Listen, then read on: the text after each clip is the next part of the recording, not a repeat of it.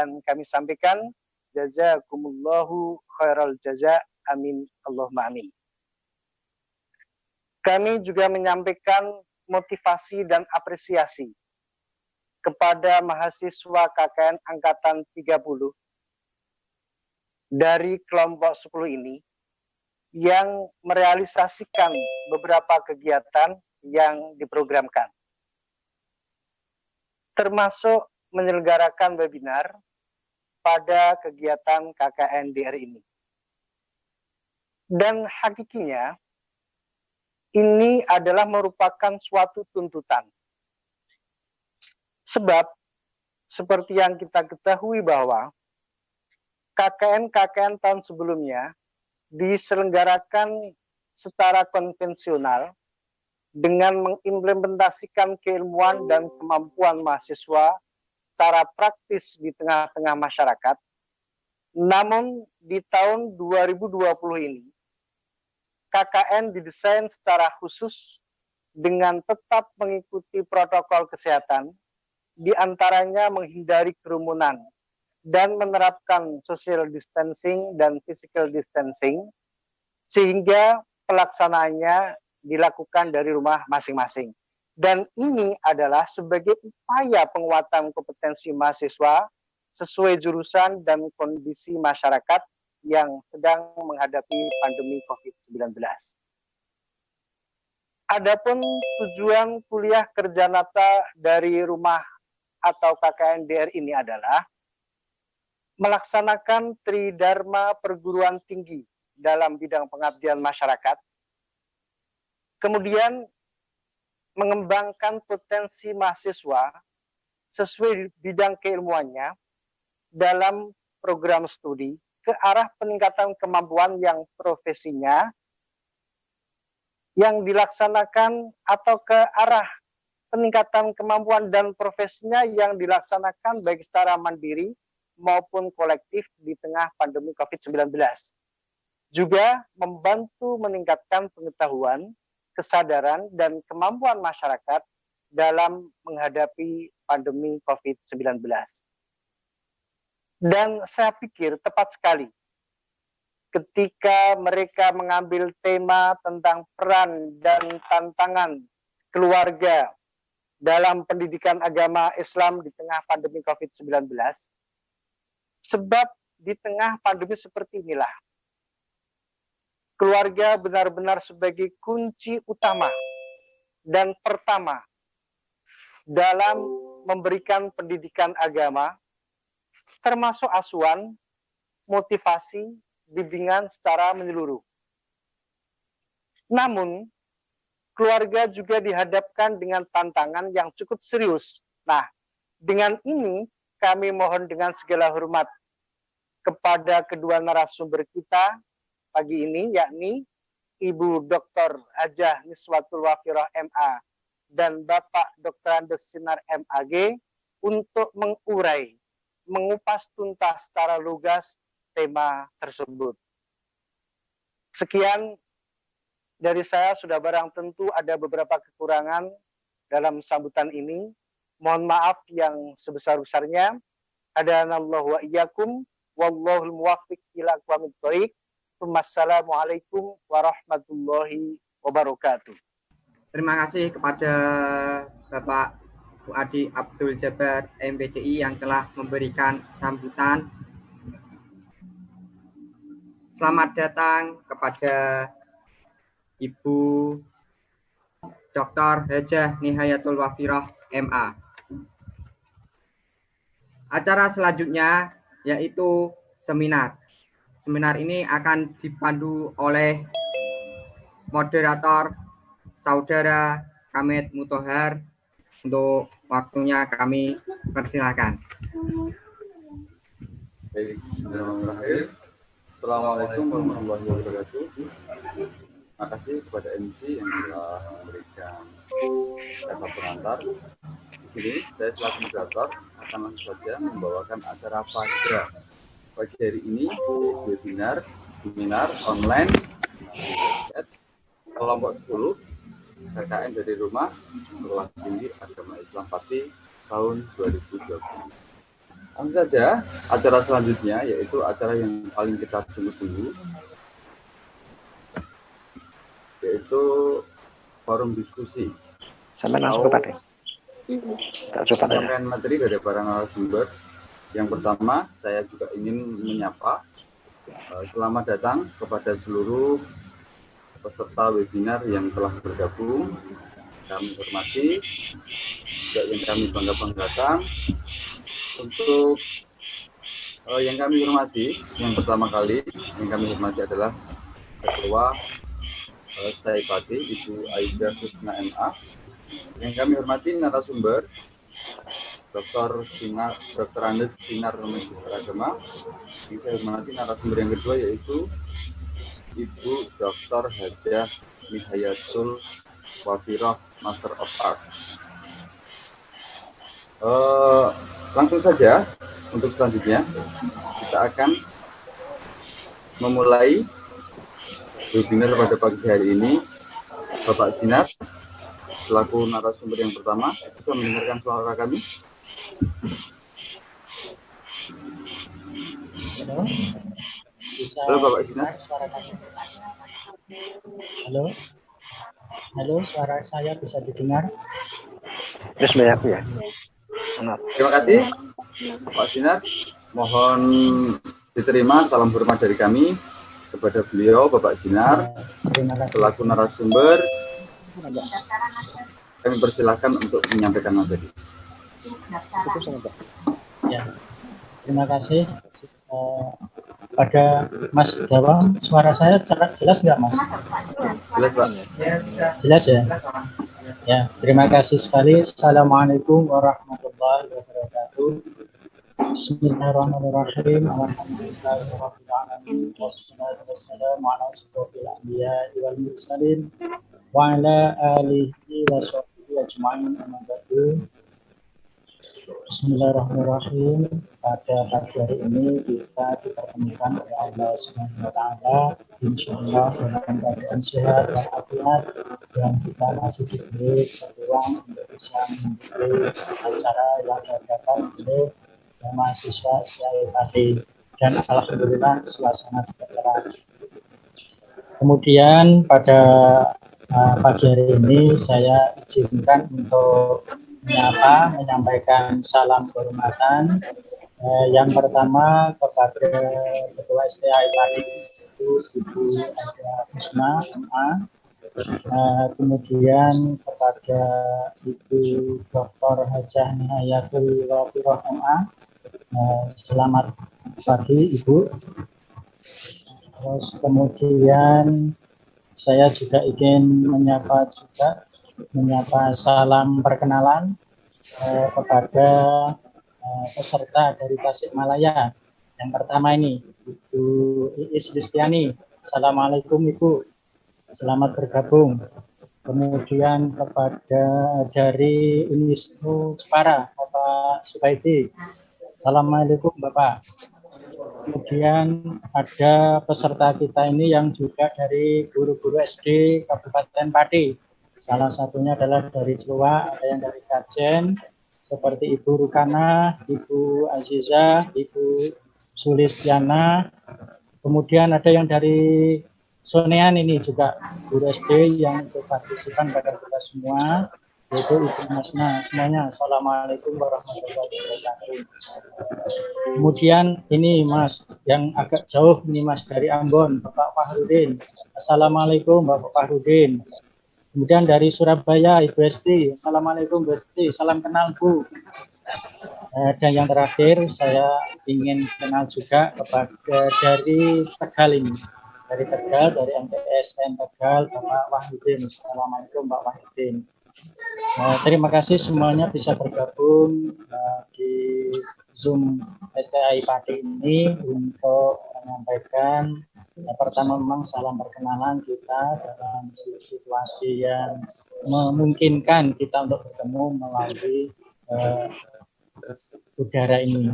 Kemudian yang berikutnya izinkan kami akan menyampaikan sebuah materi yang seperti yang disampaikan oleh panitia terkait dengan peran dan tantangan keluarga dalam pendidikan Islam di keluarga. Saudara sekalian, bahwa dunia pendidikan memang akhir-akhir ini kita sudah semuanya tahu banyak dipengaruhi oleh berbagai macam gejolak sosial yang disebabkan oleh datangnya COVID-19. Oleh karena itu, coba kita lihat gambaran berikut ini. Semula, memang masyarakat kita itu beraktivitas dalam pendidikan seperti biasanya. Kemudian ketika datang COVID-19, maka ada sebuah usaha-usaha baik dari pemerintah maupun dari masyarakat agar berlindung diri dari gangguan dan serangan COVID itu. Sehingga di sini yang dipertanyakan adalah bagaimana dunia pendidikan kita, khususnya peran PAI. Ternyata peran PAI itu harus bermigrasi dari lembaga pendidikan, harus bermigrasi ke rumah, artinya belajar dari rumah. Saudara sekalian, memang kalau kita lihat dari peristiwa COVID-19 ini memberikan gambaran kepada kita semua bahwa sebelum terjadinya wabah ini, dunia pendidikan itu terjadi proses belajar mengajarnya itu diawali dari atau berlangsung di sekolah atau yang biasa disebut dengan study in school. Proses pendidikan di sekolah ini terbiasa siswa selalu bertemu dengan guru selalu bersama dengan siswa, menyampaikan materi-materi secara langsung, menggunakan media, menggunakan metode dan pendekatan yang langsung sesuai dengan kondisi siswa. Dan apabila siswa mengalami kendala, itu juga guru bisa menyampaikan atau bertindak untuk bisa mengatasi hal itu, karena mereka belajar dalam suatu tempat. Kemudian ketika wabah ini datang, maka proses pembelajaran di sekolah seolah-olah dihentikan dan harus berpindah ke rumah atau yang biasa disebut dengan study from home. Nah, dari peristiwa perpindahan ini akhirnya memunculkan suatu kasus-kasus, memunculkan suatu masalah-masalah belajar. Nah, masalah belajar seperti apa yang dihadapi oleh dunia pendidikan kita ini, khususnya pendidikan PAI? Problem belajar yang bisa kita ketahui adalah problem belajar terkait dengan bagaimana siswa itu bisa belajar. Mengapa hal ini bisa menjadi problem? Sebelumnya memang siswa belajar selalu dibimbing oleh guru, tetapi setelah mereka belajar di rumah, terutama pada sekolah-sekolah tingkatan dasar, itu mereka harus belajar di rumah dan atas bimbingan orang tua. Sehingga yang jadi kasus-kasus di sini adalah bagaimana mereka bisa belajar, sedangkan orang tua belum memiliki suatu keilmuan yang terkait dengan hal ini.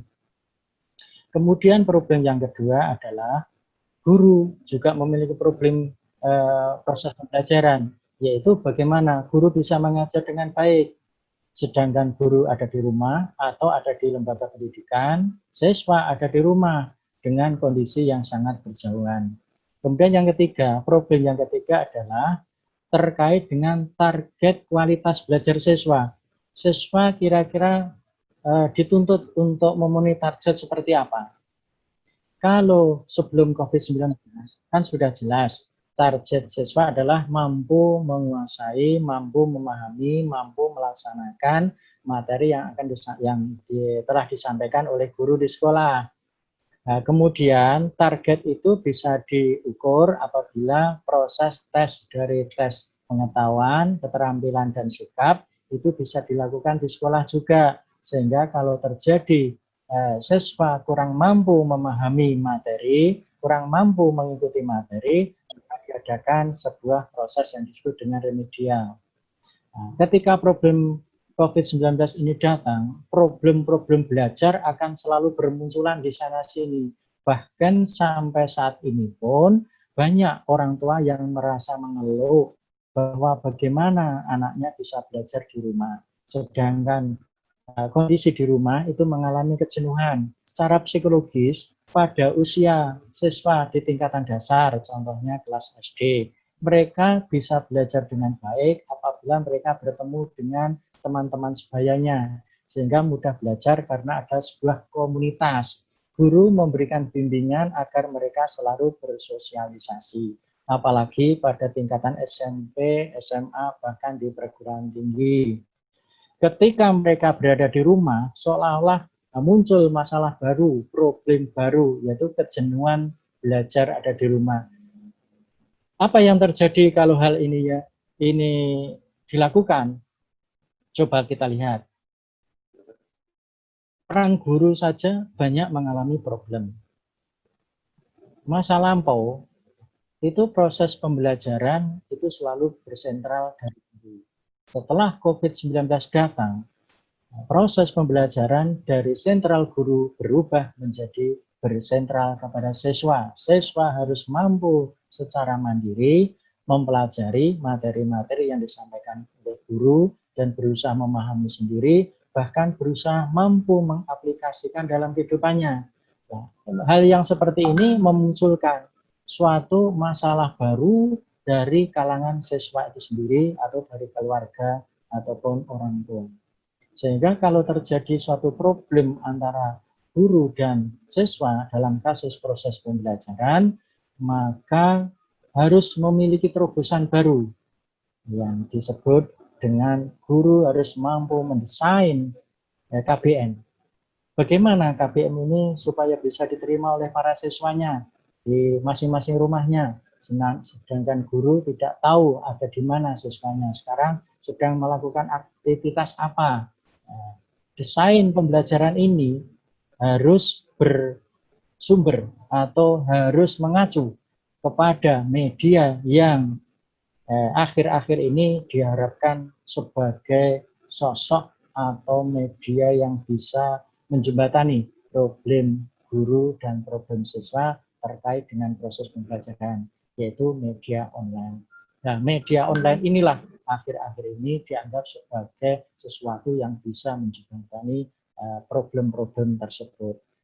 Tetapi sebuah pertanyaannya adalah, apa benar media sosial ini atau media online ini benar-benar efektif untuk bisa menjembatani proses pembelajaran, menghubungkan proses pembelajaran antara guru dengan siswa, sehingga guru bisa mendesain sedemikian rupa. Ketika kita melihat media online, maka guru harus melangkah lebih maju lagi dalam proses mendesain KBM-nya, yaitu menggunakan pendekatan atau metode e-learning. Nah, dari sinilah metode e-learning yang dipakai oleh guru untuk menggantikan metode-metode secara mungkin konvensional zaman dulu dan sekarang adalah harus menggunakan media sosial. Metode e-learning ini adalah dianggap satu-satunya metode dalam saat ini, dalam pengaruh COVID-19 ini, adalah satu-satunya metode yang bisa menjembatani kasus-kasus atau problem-problem belajar siswa. Sehingga dalam hal metode e-learning ini yang bisa digunakan oleh guru adalah ya seperti hanya WhatsApp, Telegram, aplikasi Zoom seperti saat ini ataupun media sosial lainnya. Kemudian pertanyaannya, bagaimana peran guru PAI dalam kasus ini? Apakah dengan media online atau KBM yang telah didesain dengan metode e-learning ini benar-benar sudah dilaksanakan dengan baik atau bisa mengatasi problem-problem belajar siswa? Maka peran guru dalam hal mengemas atau mendesain KBM ini adalah benar-benar harus dicari, harus dibuat agar lebih interaktif dan menarik atau yang biasa disebut dengan joyful learning. Saudara sekalian, ketika paparan ini selalu berkembang dan bergulir, maka guru agama, terutama ya calon guru atau guru-guru itu harus mampu mengolah, mampu mendesain KBM-nya dan mampu memanfaatkan media sosial sehingga siswa bisa belajar di rumah dengan baik dan senang. Saudara sekalian, untuk itu apa sih prediksi ke depan? Setelah atau seusai COVID-19 ini datang atau setelahnya, kita paham bahwa sekarang ini guru di lembaga pendidikan seolah-olah harus berjuang untuk bagaimana memaparkan materinya itu kepada siswa agar bisa diterima oleh siswa. Maka model belajar jarak jauh inilah satu-satunya yang bisa dilaksanakan atau disebut dengan distancing learning. Nah, model belajar jarak jauh ini diharapkan bisa mengatasi atau bisa menjawab problem-problem interaksi belajar antara guru dengan siswa. Harapannya demikian. Karena apapun yang terjadi, guru hanya bisa mengontrol siswa melalui media online. Siswa bisa berkomunikasi dengan guru hanya bisa melalui media online. Tetapi apa yang sebenarnya terjadi pada mereka itu akan terlihat sangat-sangat terbatas. Oleh karena itu, problem interaksi guru dan siswa itu bisa diatasi apabila guru dalam mengemas desain pembelajaran tersebut mengarah kepada konteks pembelajaran daring. Konteks pembelajaran daring inilah yang sekarang biasa dikenal oleh para guru-guru, bahkan oleh pemerintah daerah, khususnya Dinas Pendidikan dan Kementerian Agama, untuk mengarahkan kepada guru agar mereka melakukan proses pembelajaran secara langsung melalui jarak jauh dengan konteks pembelajaran daring. Oleh karena itu, setelah kali ini atau saat-saat ini konteks pembelajaran daring itu selalu digulirkan, apa sih pengalaman atau pendidikan masa depan kita, khususnya dalam hal KPM? Akhirnya dunia pendidikan kita ini akan mengalami tambah ilmu. Yang pertama, biasa kita lakukan disebut dengan classroom learning atau pembelajaran di dalam kelas. Kemudian muncul yang kedua, yaitu pendidikan study from home, yaitu pendidikan dari rumah. Pada masa-masa dahulu sebelum COVID-19, pendidikan yang terjadi di sekolah atau yang biasa disebut dengan classroom learning, ini guru selalu memberikan tugas-tugas kepada siswa untuk dikerjakan di rumah, itu sebatas tugas atau menyelesaikan tugas yang tidak bisa atau belum bisa diselesaikan di sekolah. Belum mampu mengembangkan bahkan belajar lebih jauh tentang materi-materi lain yang seharusnya disampaikan di sekolah, kemudian bisa dipelajari di rumah. Tetapi dengan adanya COVID-19 ini, mungkin kalau kita sadari, itu menambah wawasan baru bahwa ternyata dunia pendidikan tidak hanya bisa dilaksanakan di classroom learning, tetapi juga bisa dilaksanakan study from home. Saudara sekalian, dengan kasus-kasus atau problem seperti ini, atau yang biasa kita kenal dengan konteks pembelajaran daring ini, sebenarnya dasarnya apa dalam proses pembelajaran PAI sekarang ini? Kita lihat adanya keputusan Dirjen Pendis nomor 3451 2020 yang sekarang ini baru nedeng-denge, ya, baru semaraknya disosialisasikan kepada para guru PAI. Nah, dalam isi keputusan Dirjen ini adalah bagaimana mengajarkan PAI, khususnya pendidikan agama, baik tingkat dasar, menengah maupun atas, dalam masa kebiasaan baru. Mengapa disebut dengan masa kebiasaan baru? Karena setelah ada COVID-19 ini, mereka sadar dan harus belajar dari rumah, maka siswa, orang tua, guru, masyarakat umum harus bisa membentuk suatu kebiasaan atau perilaku yang baru, yaitu perilaku yang bisa mendisiplinkan diri dan menjaga diri dari hal-hal yang tidak diinginkan. Kemudian pokok materinya itu seperti apa? Pertama adalah harus bisa memilih materi yang lebih esensial.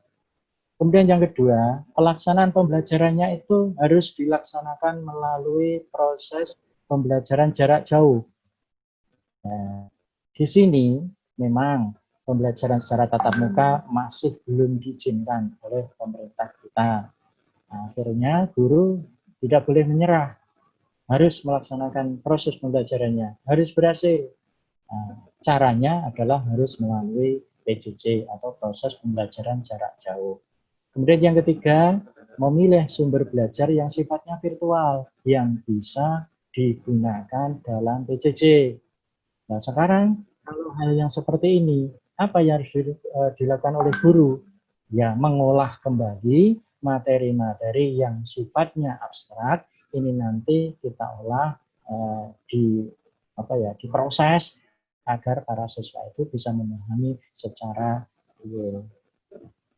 Kemudian dari keputusan Dirjen Pendis nomor 3451 tahun 2020 ini, pada prinsipnya yang pertama adalah materi atau proses pembelajaran itu tidak membahayakan, baik dari segi kesehatan siswa, baik dari kesehatan mental siswa, sehingga tidak mudah stres, dan baik dari keluarga mereka, bahkan juga kepada para guru-gurunya. Kemudian yang kedua, materinya harus realistis. Yang ketiga, tidak membebani peserta didik dengan tugas-tugas yang memberatkan. Nah, nomor 3 ini, akhir-akhir ini sering diperbincangkan oleh para guru-guru.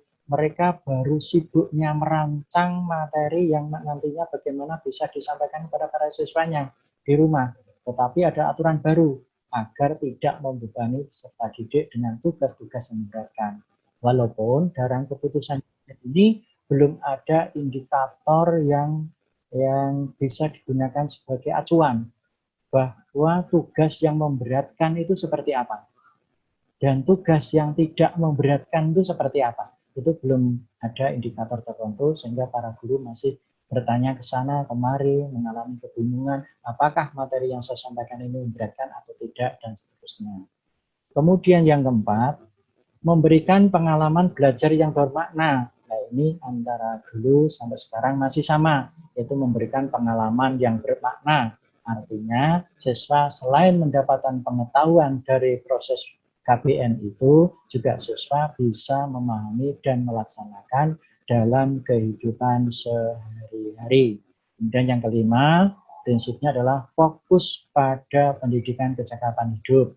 Jadi di sini adalah moral yang diutamakan, perilaku yang diutamakan, kedisiplinan, dan seterusnya.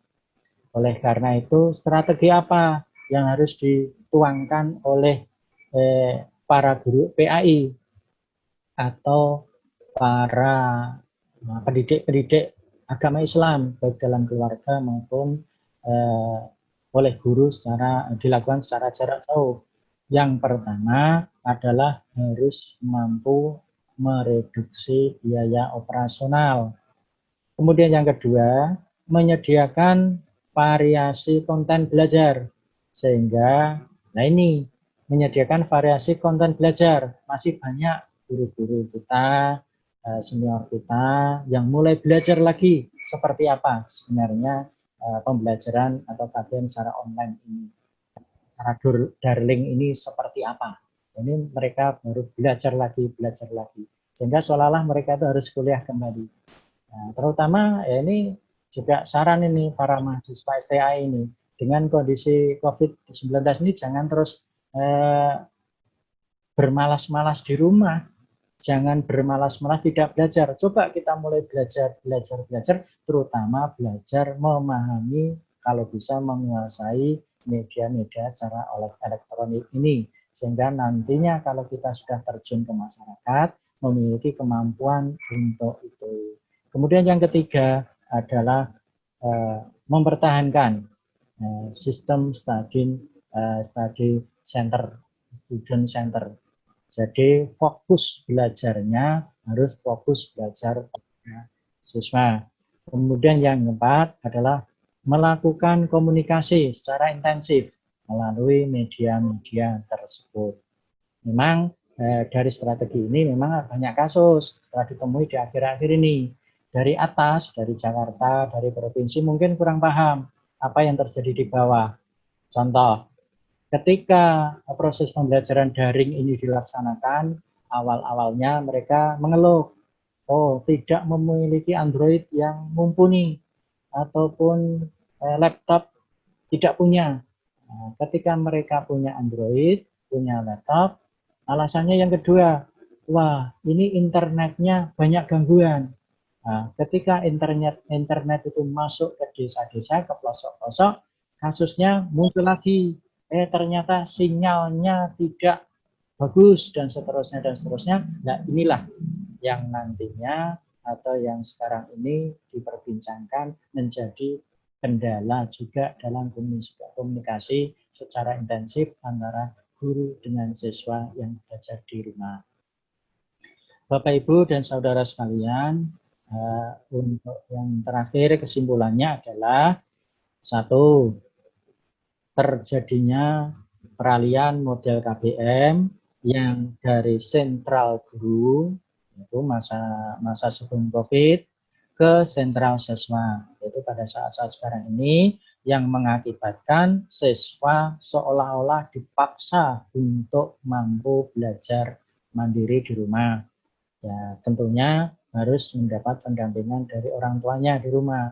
Tetapi kan kita sama-sama tahu, tidak semua orang tua memiliki kemampuan untuk bisa mendampingi putra-putrinya belajar di rumah. Ya, banyak kasus di sana, mungkin banyak orang tua yang disibukkan dengan pekerjaan mereka.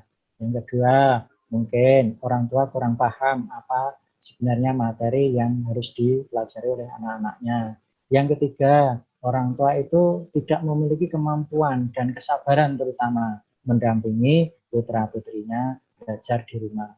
Sehingga mereka selalu mengharapkan bahwa kapan ini putra-putri kami ini bisa masuk ke sekolah lagi, sehingga suatu kendala-kendala yang terjadi di rumah terkait dengan belajar putra-putrinya itu akan mudah teratasi.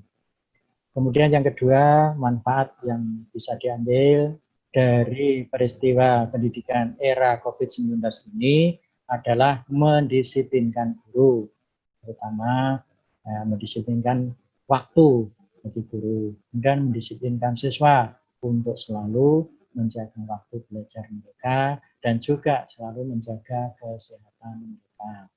Kemudian yang ketiga, solusi pendidikan, khususnya pendidikan PAI yang bisa diambil adalah melalui jalur pemanfaatan media online.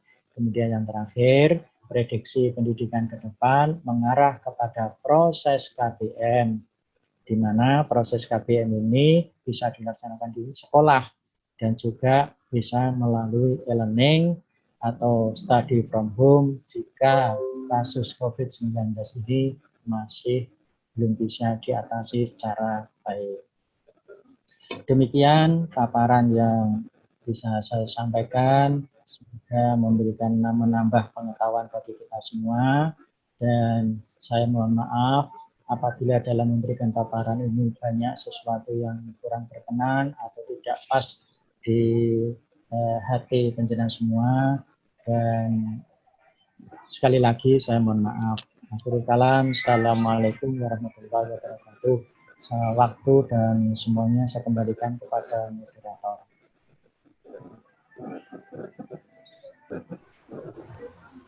Baik, terima kasih kepada Bapak Dr. Andi Sinar MAG selaku narasumber yang pertama yang telah menyampaikan materinya dengan penuh padat dan penuh bermanfaat bagi kami. Di antaranya adalah guru harus selalu update agar nantinya tidak ketinggalan dalam melakukan pembelajaran tatap. Harus mendesain sekiranya peserta didik dapat menerima dengan baik dan meminimalisir segala kendala, dan guru juga harus mengolah seluruh dari materi mendasar tentang pembelajaran jarak jauh, dan harus memperhatikan juga keputusan Dirjen Pendidikan jangan meninggalkan webinar ini dahulu, karena jika nanti ada pertanyaan, mohon nanti belajar.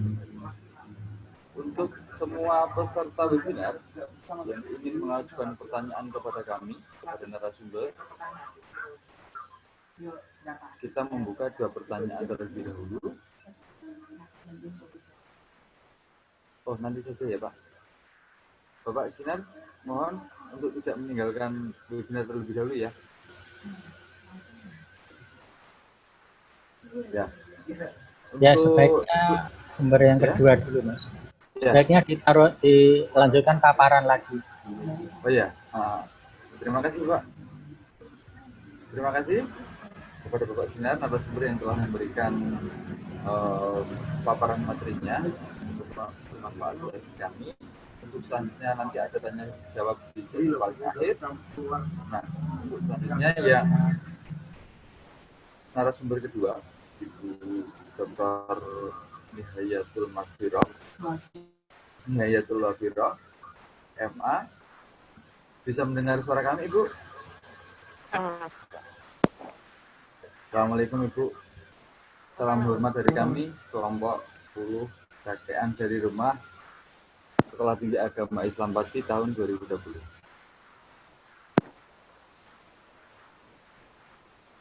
Untuk selanjutnya, ya. Untuk selanjutnya, kami mohon untuk Ibu narasumber, Ibu Dr. Hajah Nihayatul Mahfirah MA, selaku juga Wakil Ketua 9 DPR RI, kami persilakan untuk memberikan materi tentang tema yang kita angkat pada pagi hari ini, yaitu peran dan tantangan keluarga dalam pendidikan agama Islam di tengah pandemi COVID-19. Waktu saya persilahkan kepada Ibu Nihayatul Mahfirah MA. Assalamualaikum warahmatullahi wabarakatuh. Semuanya, yang saya hormati Rektor Sekolah Tinggi Agama Islam Pati, saya hormati segenap sivitas yang ada, yang saya hormati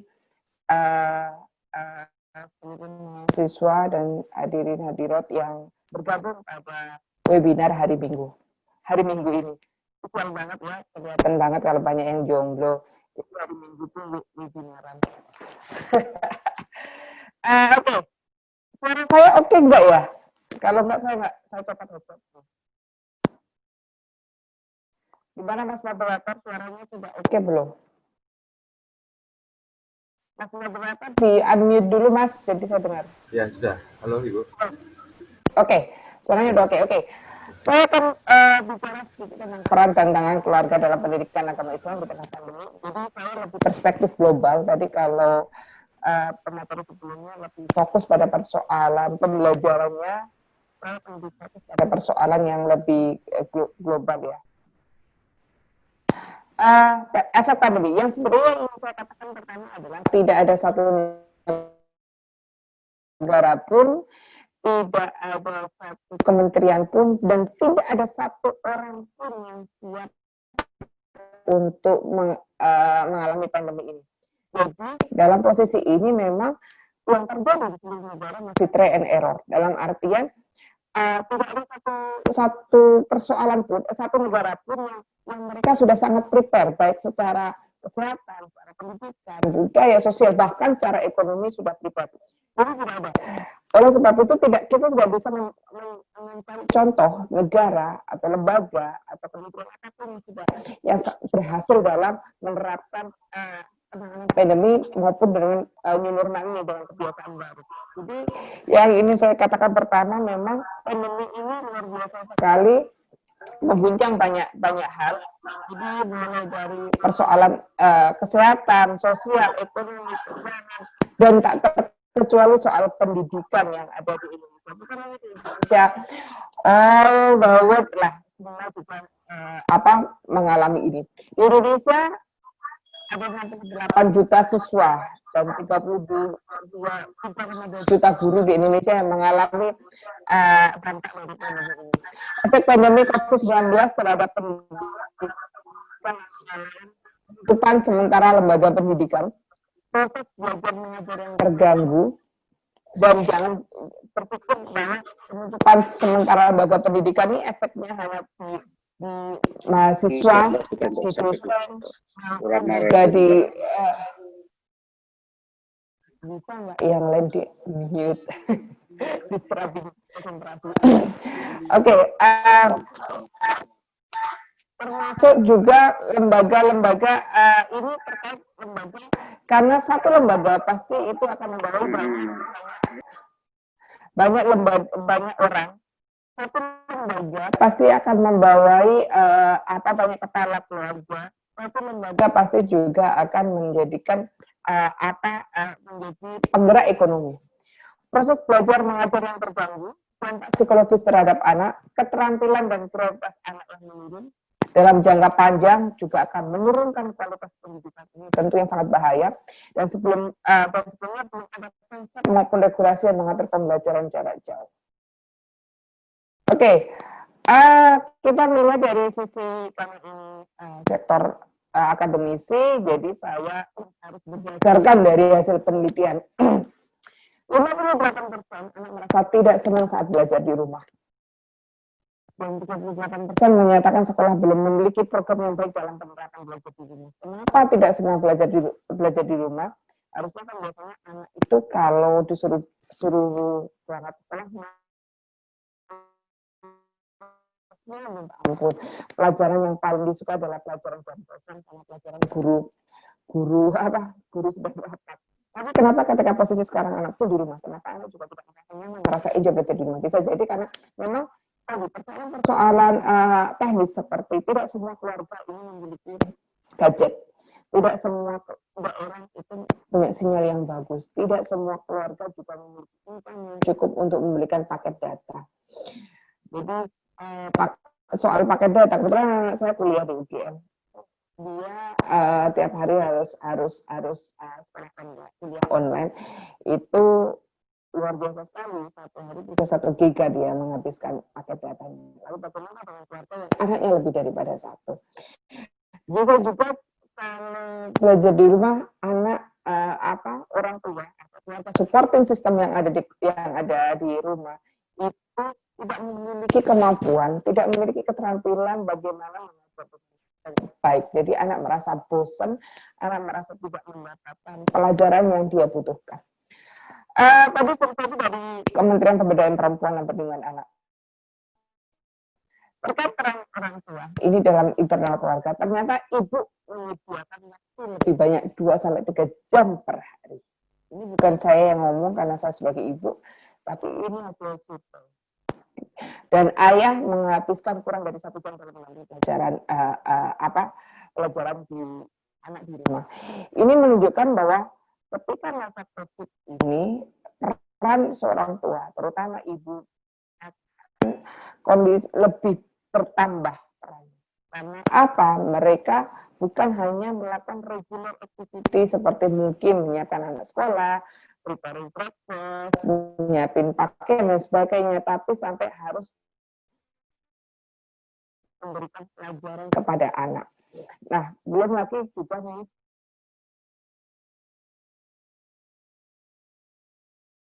memikirkan bagaimana work from home. Work from home bisa jadi juga punya permasalahan lain, yakni mereka punya persoalan dengan mereka punya persoalan dengan finansial. Contohnya bisa jadi orang tuanya, salah satu dari orang tuanya menjadi breadwinner atau menjadi pulang keluarga itu tidak income-nya sedang tidak baik, atau bisa jadi di rumah sakit, malah bisa jadi di PHK. Nah, riset itu dari Lembaga Inovasi untuk Anak Sekolah Indonesia. Nah, karena persoalan-persoalan yang ada seperti itu, ini kalau dari survei Wahana Visi Indonesia, 57,4% anak belajar di rumah, sementara 46% kembali ke sekolah. Ini tentu berbeda dengan tadi yang di atas karena mungkin waktunya yang berbeda dan daerahnya berbeda. Selanjutnya, 80% dari responden perempuan pada kelompok berpenghasilan di bawah 5 juta rupiah per bulan menyampaikan bahwa kekerasan psikologis dan ekonomi cenderung meningkat selama masa pandemi COVID-19. Ini yang saya katakan tadi bahwa ternyata beban orang tua terutama ibu ketika masa COVID ini bertambah karena mereka tidak lagi punya harus selalu berada di rumah, mereka harus memikirkan bagaimana dia bisa mendampingi anak untuk belajar tugas-tugas sekolah yang selama ini biasanya hanya dilakukan di sekolah tapi sekarang dilakukan di rumah, belum lagi persoalan aktivitas kegiatan yang lainnya dan sebagainya. Apalagi kalau dibandingkan dengan laki-laki dengan ayah itu waktunya hanya 1 jam untuk berada membantu anak untuk sekolah dalam urusan belajar di rumah, sehingga akhirnya dampaknya adalah kekerasan dan rumah tangga meningkat. 95% responden menyatakan bahwa beban pekerjaan rumah tangga semakin banyak di mana secara umum masih ditanggung oleh ini, padahal yang namanya memberikan atau mendampingi pendidikan anak itu bukan hanya tugas ibu tapi tugas orang tua. Nah, ini adalah bagaimana peran dan tantangannya dalam masa COVID ini adalah pertama adalah orang tua sebagai contoh yang baik. Jadi bila orang tua tidak memiliki mindset yang baik tentang pendidikan, bila orang tua tidak memiliki pandangan yang baik tentang pendidikan, pasti juga akan meletakkan pendidikan itu menjadi level yang kesekian kalinya. Nah, inilah orang tua bagaimana meletakkan pendidikan menjadi sesuatu yang utama. Orang tua mendampingi proses belajar anak, ini yang saya katakan tadi sebenarnya ini peran tugas mendampingi anak ini adalah bukan hanya tugas perempuan atau tugas ibu, tapi mendampingi anak itu adalah tugas orang tua ya, artinya laki-laki dan perempuan, ibu dan ayah harus saling membantu. Ini pembagian tugas tambahan untuk orang tua dalam situasi adaptasi baru. Nah, ini yang pembagian tugas ini penting sekali karena dalam artian kita harus tetap menjaga pendidikan. Bila tidak ada pembagian yang jelas,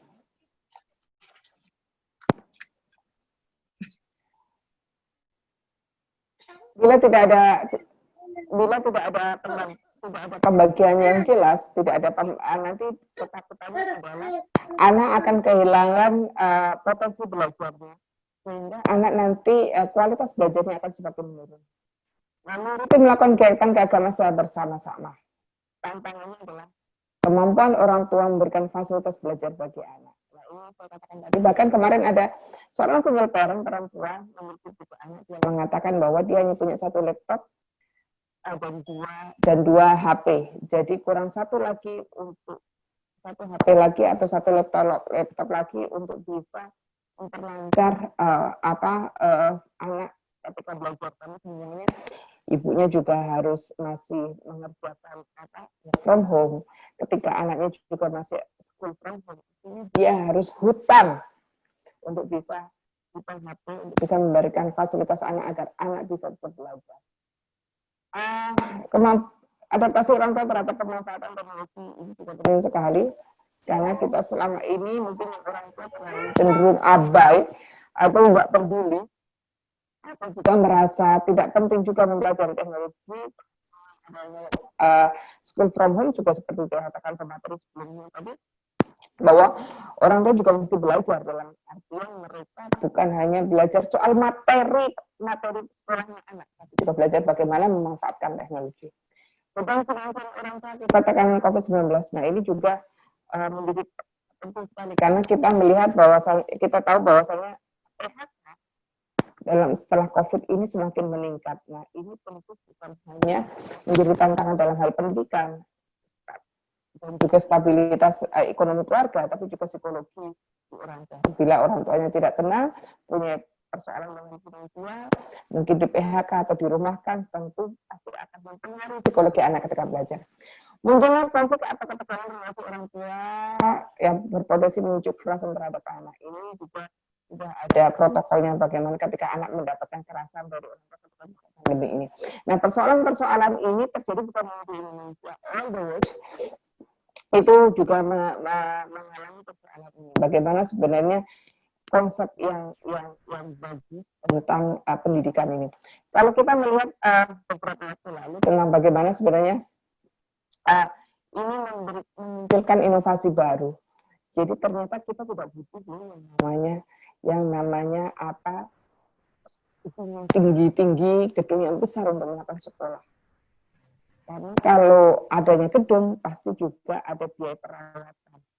Kalau ada biaya perawatan, pasti juga harus ada tarikan dari murid dan sebagainya. Dan itu ternyata dengan konsep ini kita membuka mata kita bahwa ternyata kita bisa melakukan pembelajaran dari rumah. Kita bisa melakukan sekolah dari rumah yang itu lepas. Karena tidak perlu gedung, tidak perlu sewa gedung, tidak perlu membawa office boy contoh, tidak perlu menyiapkan hal-hal yang lain yang sifatnya fisik. Nah, tapi satu sisi bagaimana sebenarnya standarisasi konsepnya seperti apa? Ini yang kita tidak belum tahu.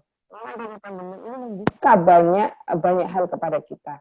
Ternyata bukan hanya di soal pendidikan, di seluruh sektor, kesehatan, seluruh sosial, dan itu kita belajar betul adanya COVID ini memberikan pelajaran tentang apa sih kekuatan kita, apa sih kekurangan kita. Ternyata di pendidikan, ternyata kita tidak punya konsep bagaimana untuk belajar jarak jauh. Ternyata kualitas dosen kita ternyata masih gaptek loh. Ternyata banyak dosen-dosen kita yang masih gaptek. Ternyata banyak mahasiswa kita yang ternyata hanya HP-nya doang loh, orangnya tidak semat-semat banget, buktinya menggunakan HP juga nggak bisa. Buktinya HP-nya keren-keren tapi isinya cuma media sosial saja, tidak tahu bagaimana how to searching artikel dari Google ini dan Google sedikit dan sebagainya. Dan kita juga ternyata baru punya konsep tentang bagaimana kita mengatur jadwal yang tepat tentang untuk sekolah dan sebagainya, lalu untuk pembelajaran seperti apa. Karena yang ada di pikiran dosen, yang ada di pikiran pengajar, ketika anak di rumah itu lebih banyak waktu belajar, lebih banyak waktu luang, sehingga memberikan tugas pun juga lebih banyak. Nah, ini padahal ketika masa COVID ini saya agak membela mahasiswa. Tapi itu teman-teman aja gitu loh. Nah, jadi contohnya orang dosen itu berpikir bahwa anak mahasiswa ketika di rumah mereka akan lebih banyak waktu untuk menghaluskan. Padahal dalam masa COVID mereka itu selama beberapa bulan di rumah juga bosnya pasti minta. Sehingga ketika dosen berpikir bahwa anak lebih banyak waktu di rumah, memberikan tugas yang banyak kepada mahasiswanya. Tapi satu sisi dosen lupa bahwa salah satu yang menyebabkan orang untuk tidak gampang terkena COVID itu adalah faktor imun dalam tubuh. Imun dalam tubuh ini berasal dari kebahagiaan dalam diri. Gimana anak bisa bahagia kalau ternyata dia sendiri sudah stres di rumah? Bagaimana anak bisa mengerjakan tugas dengan baik kalau di rumah yang biasanya bisa mengerjakan tugas bareng, bisa kelapan, bisa pacaran dan sebagainya, ternyata gitu kan.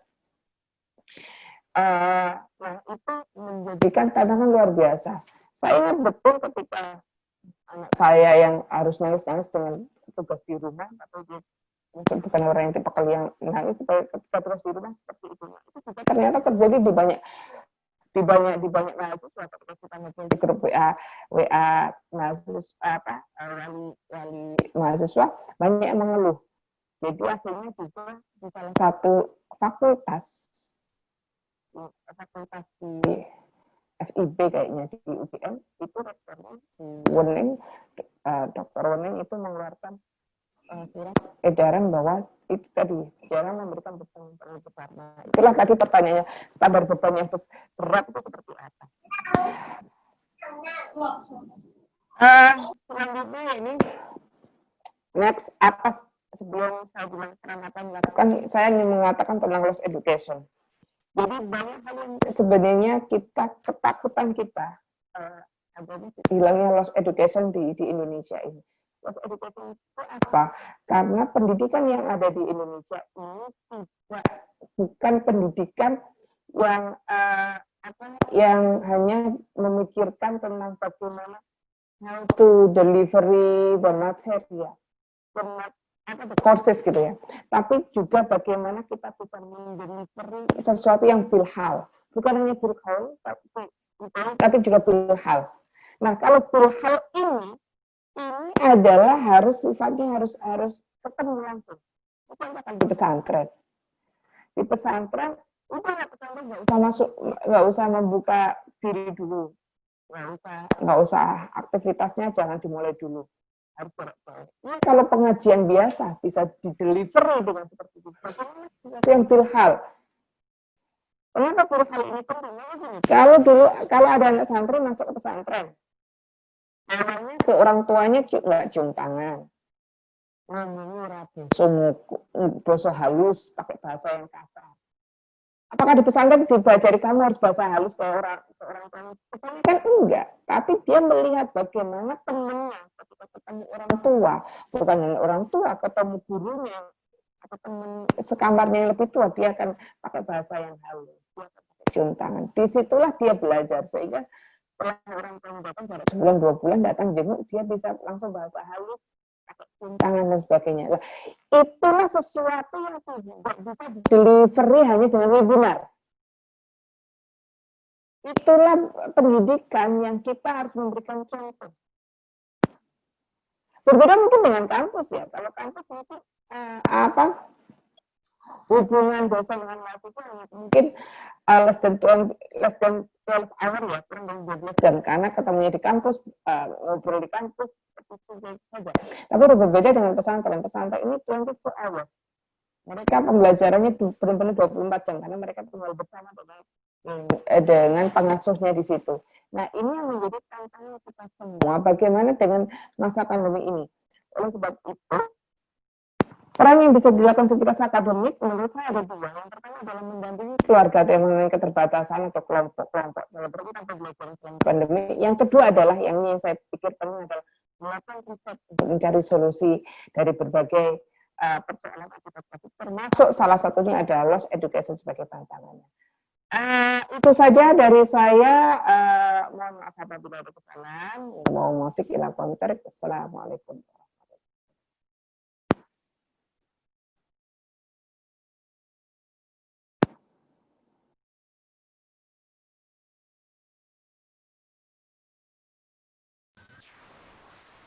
Terima kasih Bu Dokter.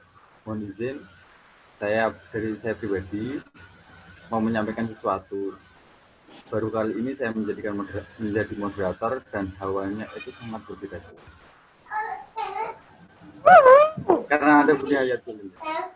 Nah, terima kasih karena pemaparan materinya sangat bermanfaat bagi kami, di mana tantangan pembelajaran bagi orang tua itu memang tidak terlepas dari faktor ekonomi karena terdampak COVID, fasilitas dan pendampingan dalam proses pembelajaran dari rumah.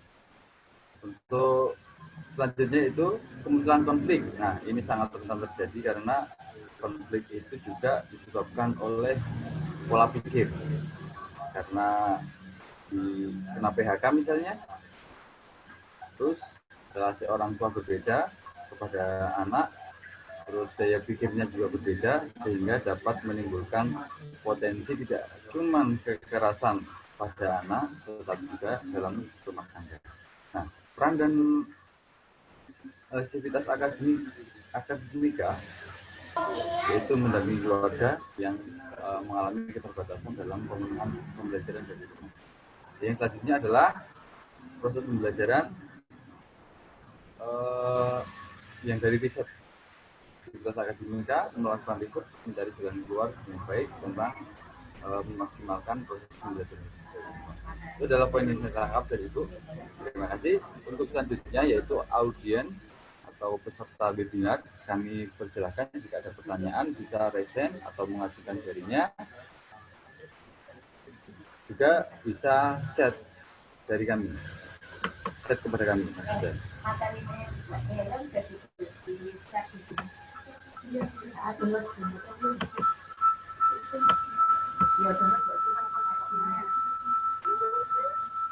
Para peserta webinar bisa mendengarkan suara saya? silakan untuk yang mau bertanya atau yang mau mencarikan kejelasan tentang apa yang dirasakan, barangkali bisa bertanya kepada Ibu Dokter ataupun Bapak Sinar selaku narasumber satu.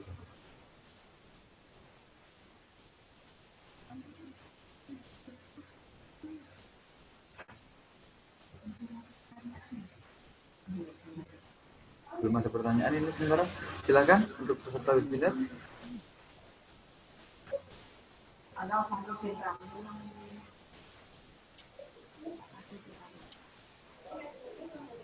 Pak Farudin Ramli. Ya Pak. Monggo. Boleh menyampaikan pertanyaannya. Ya baik Pak Moderator. Assalamualaikum warahmatullahi wabarakatuh. Saya kira dari kedua narasumber kita tadi, ini materinya memang sangat menarik dan sangat bermanfaat sekali bagi kita semua. Saya melihatnya bahwa apa yang disampaikan itu adalah sesuatu yang ideal, sesuatu yang normatif. Tetapi pikiran-pikiran normatif ini menjadi bermasalah pada saat kita menghubungkan dengan fakta sosial yang terjadi pada masyarakat kita. Ada beberapa fakta yang mungkin menjadi pertimbangan, bisa menjadikan pertimbangan untuk kita semua, terutama kepada Ibu Wakil Komisi 9. Yang pertama adalah di dalam model pembelajaran jarak jauh ini, ada beberapa kendala. Ada beberapa kendala yang secara pointer saya bisa sebutkan di sini. Ya. Mungkin kendala-kendala ini tidak semua terjadi pada semua daerah, tetapi dalam kasus-kasus tertentu itu bisa muncul. Yang pertama, kita mungkin masih kekurangan terhadap pengetahuan guru kita tentang teknologi informasi itu sendiri. Sehingga ini menjadi kendala bagaimana menyampaikan materi-materi pelajaran kepada anak-anak kita, terutama pada daerah-daerah. Itu yang pertama. Yang kedua, kita juga terkendala dengan kondisi sosial ekonomi masyarakat kita. Nah, memang sekarang ada kebijakan pemerintah terhadap pemberian paket data, tetapi bisa saja paket data ini tidak mencukupi untuk pelaksanaan proses belajar mengajar. Nah, ini menjadi kendala bagi orang tua pada saat mau membelikan paket data tambahan. Itu yang poin yang ketiga. Yang kedua, yang ketiga juga memang tadi sudah dijelaskan tentang pengetahuan orang kita tentang materi pelajaran itu sendiri. Karena mungkin orang tua kita ini tidak semua materi pelajaran itu bisa difahami dengan baik. Ya. Lalu yang terkait juga dengan waktu, waktu orang tua kita untuk mendampingi anaknya, apalagi pada jenjang pendidikan sekolah dasar misalnya. Lalu yang poin yang berikutnya adalah sosial budaya masyarakat kita, terutama kepada siswi atau siswa atau anak didik kita. Ini ada pengalaman buat adik-adik kita. Jadi sering pada saat guru memberikan tugas kepada siswanya, itu justru siswa yang bersangkutan tidak mengerjakan tugas itu, tetapi diserahkan kepada kakaknya, diserahkan kepada saudaranya yang lebih dianggap lebih tahu tentang itu. Nah, oleh karena itu saya mungkin ini bisa dianggap sebagai satu. Saya kira diperlukan standar operasional tentang pelaksanaan pembelajaran jarak jauh ini. Standar operasional itu dalam kaitan misalnya waktu pembelajaran. Nah, ini perlu diatur secara jelas. Karena kalau pembelajaran jarak jauh ini kan bisa saja lebih fleksibel, kapan saja bisa. Oleh karena itu perlu ada SOP-nya itu seperti apa. Yang kedua, materi pembelajaran. Ya, mungkin memang kita ada kurikulum, tetapi pembelajaran jarak jauh ini kan lebih fleksibel, sehingga guru itu bisa memasukkan muatan-muatan pembelajarannya yang mungkin tidak relevan dengan kurikulum. Lalu yang berikutnya, perlu ada standar penilaiannya seperti apa. Kalau pembelajaran tatap muka ini kan jelas, ada standar-standar penilaian, tetapi penilaian pada pembelajaran jarak jauh ini bisa mungkin menjadi kendala bagi kita. Lalu yang berikutnya, standar bagaimana controlling pimpinan terhadap guru. Maksud saya adalah bagaimana controlling kepala sekolah kepada guru. Nah, ini perlu semua ada standar-standar operasionalnya. Saya kira ini ada beberapa poin yang perlu saya sampaikan sebagai saran dan mungkin kalau bisa dikomentari oleh kedua narasumber kita. Itu saya mengucapkan terima kasih. Makasih Pak Moderator. Wassalamualaikum warahmatullahi wabarakatuh.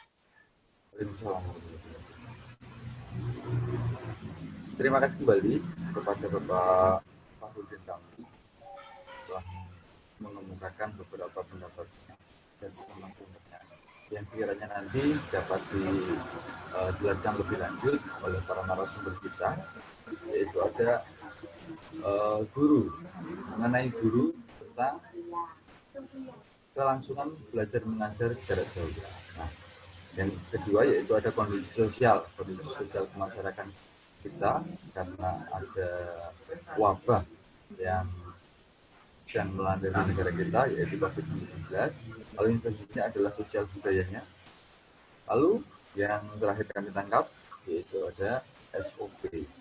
Harusnya ada SOP, standar operasional yang meliputi tentang KPM jarak jauh, di mana isinya ada waktu, materi untuk KPM, standar penilaian dalam KPM, dan controlling dari pimpinan kepada guru yang melakukan pembelajaran jarak jauh. Untuk narasumber yang kedua, Ibu Dr. Nihayatul Wagiroh, silakan Bu memberikan penjelasan yang diberikan kepada apa tidak lebih baik dikumpulkan dulu pertanyaannya jadi sekalian jawabnya. Sambil menunggu gitu Bu ya. Karena di chat ada yang bertanya juga atau mau sekalian ditanggapi. Oh di chat ada sebentar ya Bu. Oh iya, tunggu dulu Bu ya. Mohon maaf karena tadi yang bertanya lumayan lama. Baik, memberikan kesempatan yang kedua untuk pertanyaan yaitu dari Ibu Lia Mahayun yang isinya adalah sebentar.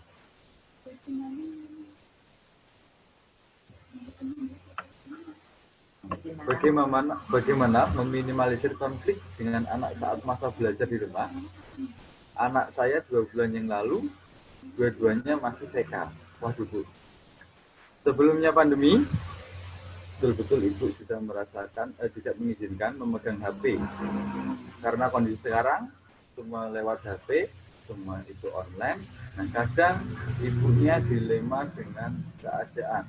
Mohon solusinya teruntuk kepada Ibu Dr. Hajah Nihayatul Wagiroh MA, Komisi 9, Ketua DPR, Wakil Ketua DPR RI, fraksi PKI. Monggo Bu, itu ada 2 pertanyaan yang bisa jawab sekaligus dari Bapak Faridul. Pertama, saya mengatakan Komisi 9 itu adalah Komisi tentang Kesehatan, Ketenagakerjaan, dan Kependudukan. Jadi tidak ada kaitannya dengan pendidikan. Cuman kebetulan saya ada saya juniornya Bu Fatimah itu. Jadi kebetulan karena saya juga mengajar, jadi beberapa yang bisa ingin saya tanggapi. Pertama cuma tentang bagaimana harusnya ada SOP.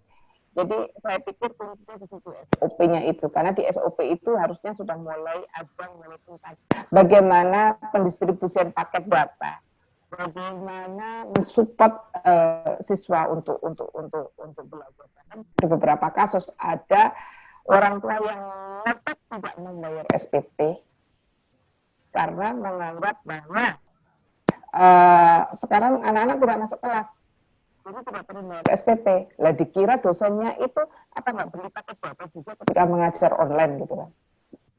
Nah, lalu tentang di SOP itu harus ada pembelajaran bagaimana pembelajaran jarak jauh seperti contohkan tadi penanya kapan waktunya yang tepat, kapan bagaimana cara mengevaluasi dan sebagainya. Dan tentunya yang lebih penting lagi adalah bagaimana meningkatkan kualitas dari pengajar dengan posisi seperti ini. Karena kualitas pengajar ini juga mempengaruhi bagaimana mereka mendelivery kelas ketika mereka mengajar secara online. Ada juga pengajar yang mungkin mereka ketika mengajar dengan webinar ini karena tidak kelihatan mahasiswanya, hanya lewat skrip, jadi kesirap. Bukan hanya mahasiswanya yang kesirap, tapi juga dosennya yang kesirap.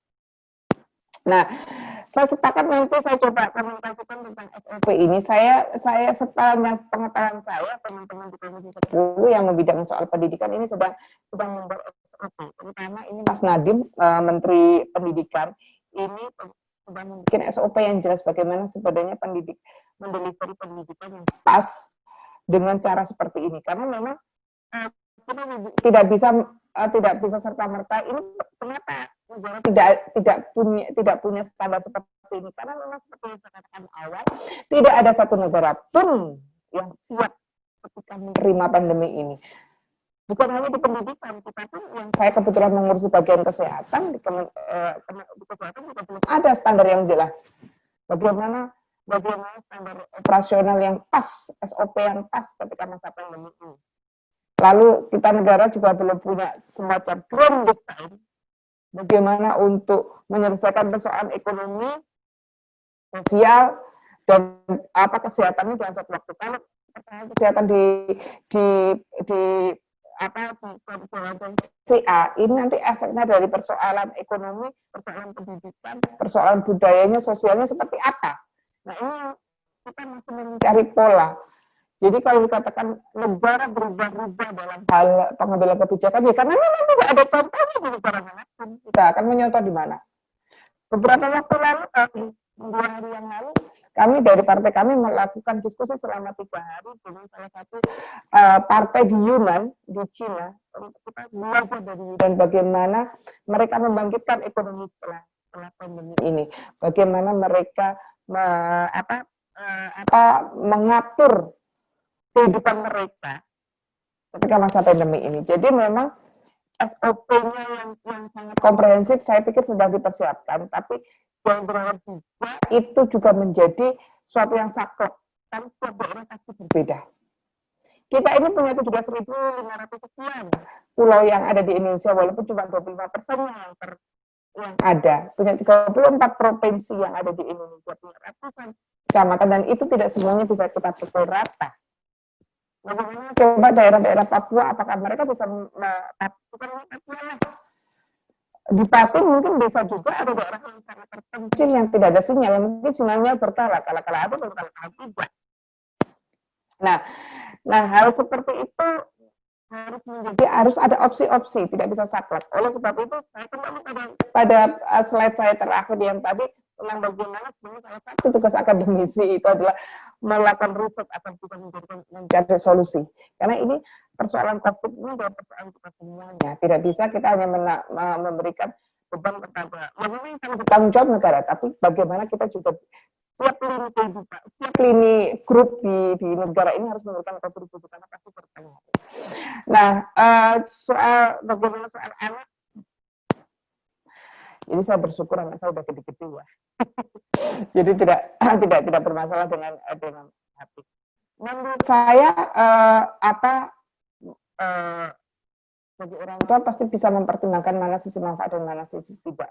Yang saya pikir yang paling utama adalah berkomunikasi dengan anak, melakukan walaupun anak ketika mereka sudah bisa diajak kompromi, mereka bisa diminta kesepakatan. Contoh, jam sekian sampai jam sekian belum main HP karena saat itu adalah masa jam belajar. Setelah itu ya sudah tidak. Jadi saya pikir kesepakatan itu yang mesti diambil dalam kaitannya juga dengan kebiasaan yang ada sekarang.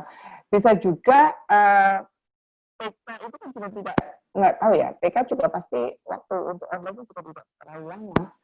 Tidak seperti anak mahasiswa yang pasti online kan sekali mata pelajaran bisa jadi 1 jam lebih. Kalau anak TK 1 jam mungkin ya. Kalau anak TK mungkin nggak sampai sebegitu lama. Nah, itu kan juga ini. Jadi memang aktivitas kita juga sangat kreativitas dan aktivitas kita juga sangat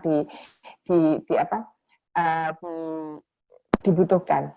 Nah, saya berharap dengan adanya KKN ini, KKN yang ada di sekolah ini di Islam Pati ini juga bisa menemukan hal-hal baru yang bisa itu menjadi modal penelitian baru yang bisa memberikan kontribusi.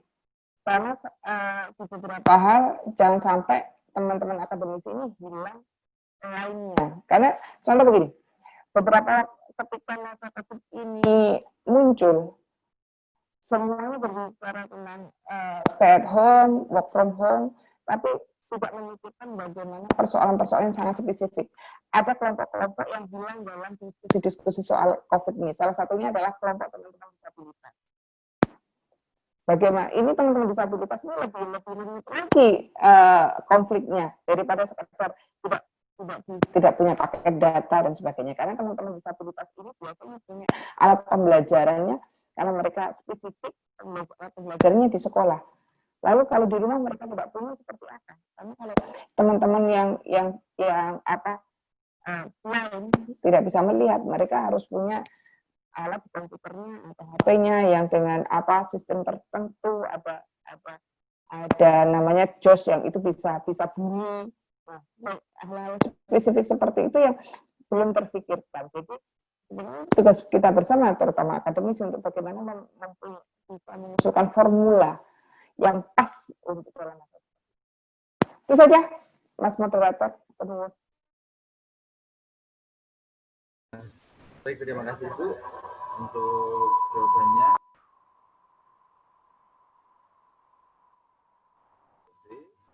Solusi yang paling kami tunggu, yang paling orang-orang banyak tunggu adalah yang pakai data tadi.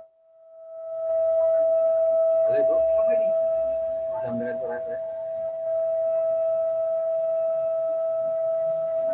Bisa mendengar suara saya tadi Bu?